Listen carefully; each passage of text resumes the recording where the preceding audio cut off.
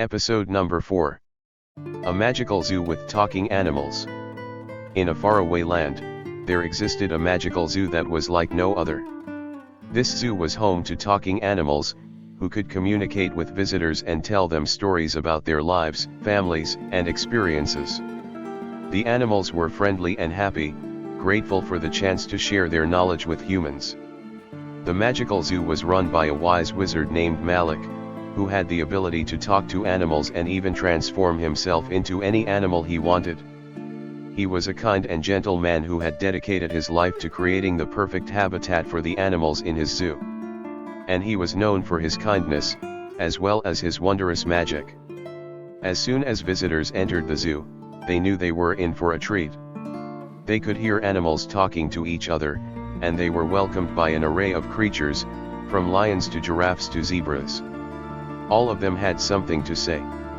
The animals were happy to educate visitors about their habitats and behaviors, and they were full of stories about their experiences.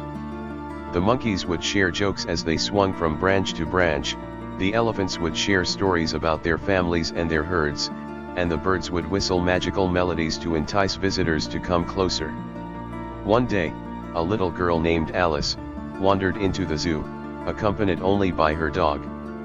Alice had always felt like the animals were her best friends, and she loved to talk to them. And when she entered the magical zoo, she couldn't believe what she saw.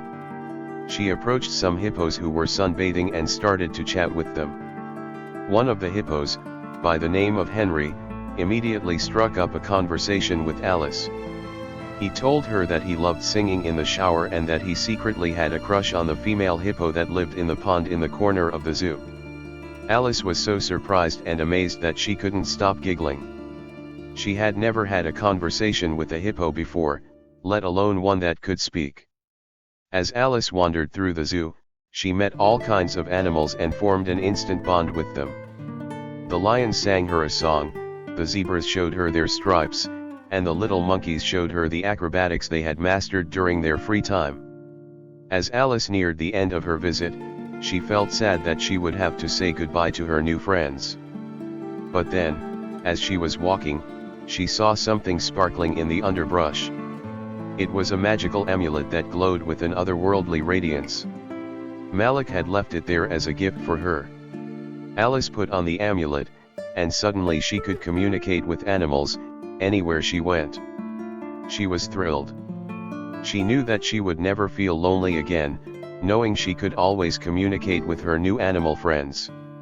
From that day onwards, Alice often visited the magical zoo, where she could talk and play with the talking animals and learn about their lives. She wore the amulet always and continued to spread the message about the extraordinary zoo. It became known around the world, attracting curious tourists from every corner of the earth to explore the magical zoo and befriend the talking animals. The end. Thanks for watching. Subscribe and follow for more.